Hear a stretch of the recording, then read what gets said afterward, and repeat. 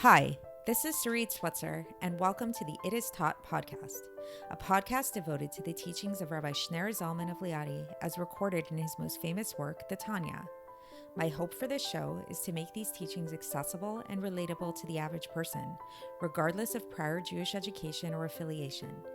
The episodes follow the prescribed daily study portions and are meant to serve as practical lessons in how to live your life as your true self and develop an authentic and powerful relationship with your Creator. I have personally experienced the effects the study of this work has had on me, and I'm excited to share what I can of this knowledge with you. So please join me on this journey of learning, self-growth, and connection with your source. Hi, and welcome to the It Is Taught podcast. This is episode 223 for the 4th of Tammuz in a leap year. So we all grew up, or most of us anyways, grew up with fairy tales, right? In some form or another, like maybe Aesop's Fables, Hans Christian Andersen, the Brothers Grimm fairy tales, things like that, Disney movies, all of these kind of things. And at the time when you first read these stories or had these stories read to you, or you watched them on TV or in the movie theater, then you probably just really got lost in the story itself, and you probably just really enjoyed the fantastical element of it all. And maybe when you got a little bit older, you started to think about these stories in a deeper way, and you started to realize that these weren't just stories for the sake of stories, but they were actually there to teach you a lesson. That many of these stories were allegorical in nature. So allegories are a very powerful tool to teach lessons, both to children and to adults, about different things. The Tanya is filled with allegories. Chassidus in general, Torah in general, is filled with allegories. Allegories are really an essential component to most teaching methodologies. However, where teaching might fall short, where the education might fall short, is if the student never realizes that what it is that they're learning is actually just an allegory and is not meant to be taken literally. An example of this that comes to mind is from a book, which is one of the most famous allegories, namely the book Animal Farm by George Orwell. So for those of you who are not so familiar with it, so Animal Farm is a very short book that was written kind of almost like in a children's book format, all about these animals that live on a farm. And after living on this farm for some time, some of the animals decide to rebel against their human master and create a society of equality for all the animals. And then this leads to, eventually it spirals into a dictatorship of where some of the animals gain control over the other animals and rule over them. And when George Orwell wrote this, he wrote it as an allegory for the Russian Revolution and for the danger of communism, that was, at least in the way that it was coming about in Russia. So what's interesting about this is I actually have a good friend who, when she first read Animal Farm as a kid, she had no idea that it was an allegory. She just thought that it was a story about animals, and that it was just a very interesting story about animals on a farm, which is cute, and it is a good story about animals on a farm.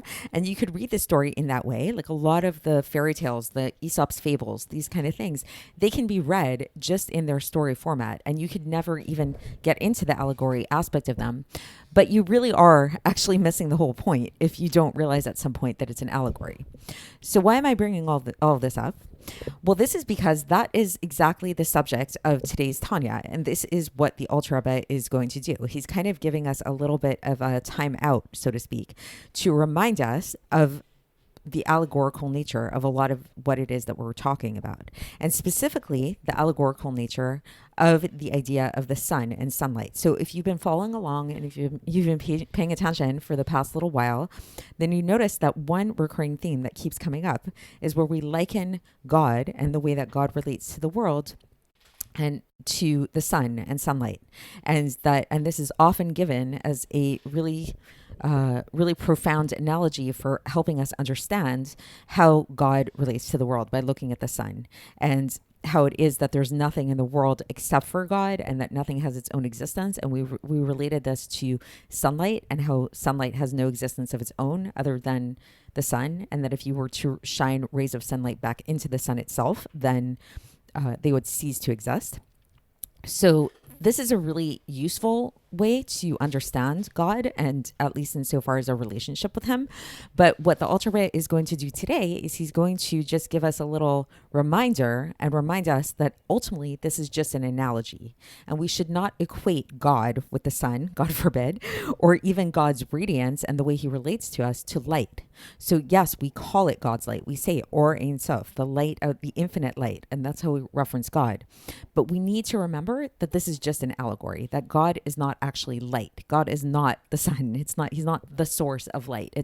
He's way beyond these kind of things. And that just like if you want to teach a child or even an adult about the Russian Revolution, sometimes rather than getting into the technicalities of the war and all that stuff, then it's a lot easier to present it in an allegorical format, and which is a lot more graspable.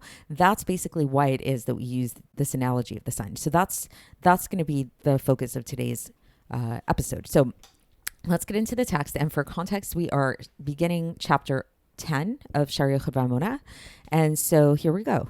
And so basically, the Alter Rebbe is leaving off from last time. So last time we talked about this idea of the essentially unknowable nature of God, and specifically God's unity, God's oneness. So, and how when it is that we say that God and his attributes are not just composites, but in fact they are unified in a true unified sense, even though God is not limited by his attributes and he's not just like a composite of his attributes.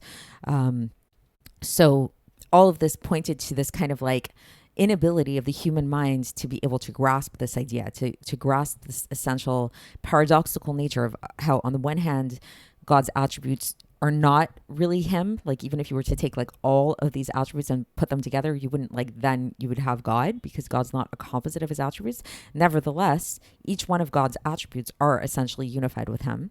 And so this is something that it's just perplexing to the human mind. It's something that we just need to accept on faith and accept the fact that we will never know this. So that's where we left off yesterday.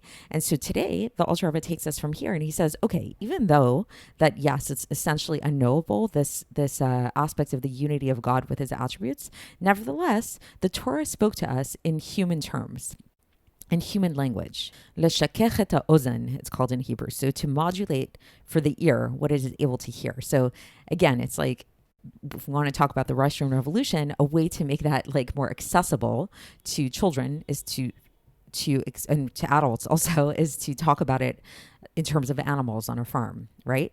So this is why, since God wanted us to be able to have a sense of him. He didn't want to remain just like this abstract thing that we'll never be able to grasp on any level at all. He wanted us to have like some type of sense of him. So this is why it was given permission to the Kabbalists to speak about the Spheros by way of analogy, and to speak of them in terms of being lights, orot in Hebrew. So the Spheros are not actually literally lights, but we talk of them as if they're lights. We allegorically refer to them as if they are lights, because through this allegory of referencing them as lights, we can understand a little bit this idea of the unity of God with his midos, with his attributes, which is by way of an analogy, like when we talk about the unity of the light of the sun within the body of the sun itself, which is called the luminary, which is called the ma'or. So the sun is called the ma'or, the luminary, and then it's like you have the light, the or,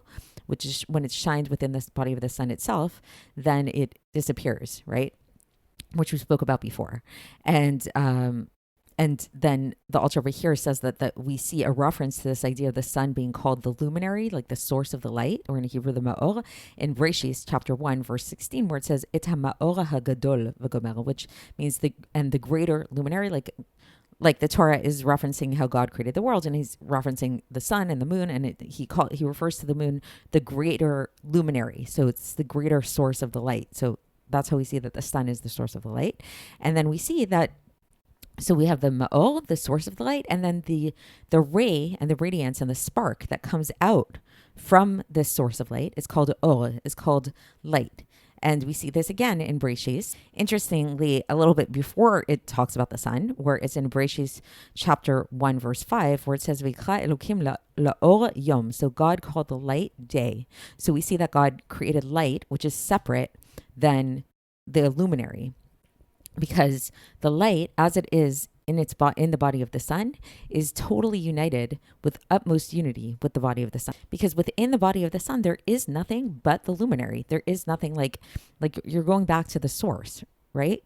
So the ray and the light that's found inside of the body of the sun is like actually absolutely one with in an essential way with the body of the luminary that shines, and it doesn't have any existence of its own at all. And so this is exactly like this, and even more so, says the Alter Rebbe, how it is with God's attributes, as well as with God's will, and as well as it is with God's wisdom in the world of Atzilus, with God's essence, so to speak. So it's like when you go to that world of Atzilus, which is the highest of all the four worlds, that's the world where everything is just emanating out from its source. So it's like there, all of God's attributes are really nullified within him. They're one with his essential being. And God vests himself within them and unites within them with utmost unity, because they came from him, just like we talk about the light coming from the sun. And so then the Alter Rebbe concludes, but it's not exactly this way. So it's like we're talking about it in this way of analogy. Like we're able to visualize the sun and the sunlight. And imagine if you had that sunlight and you were to shine it back into the ray of the sun. And the Alter Rebbe is teaching us that this is just like how it is with God. And then you have God, and then you have his attributes which come out from him. And then if you like shine those attributes back into him, like you have in Atzilus, then they become totally unified with him. So the Alter Rebbe is just reminding us in this last point that this is only an analogy, and it's actually very, very far from this idea, and it's something very far from our very wondrous and far and remote from our comprehension, because God's ways are much higher than our ways. So, and that's a citation from Yeshayahu chapter 55 verse 9, where in Hebrew it says Ki gavhu drachav midrachenu.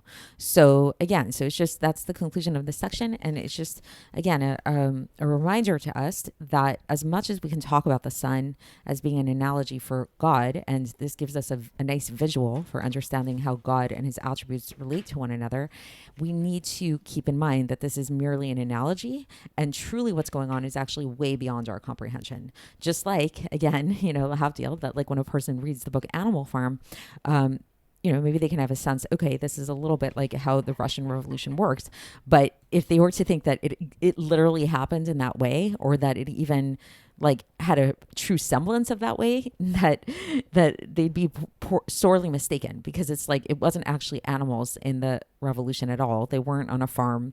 There wasn't a farmer, obviously. There was a lot more details in it that are not written in the story. So that is it for today, and we will continue with this chapter tomorrow, and I'll speak to you then. Thanks for listening to the It Is Taught podcast, hosted by Sarit Switzer. This podcast is dedicated in loving memory of my maternal grandfather, Avraham Yitzchak ben Binyamin HaKohen of blessed memory. Music by Shoshana. If you enjoyed this episode and would like to support the show, please share it with others and subscribe on YouTube, Apple iTunes, Spotify, or wherever you listen to podcasts.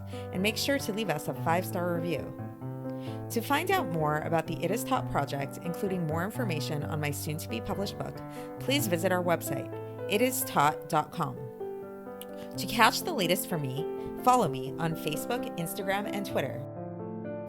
Looking forward to speaking with you tomorrow, and until then, have a great day.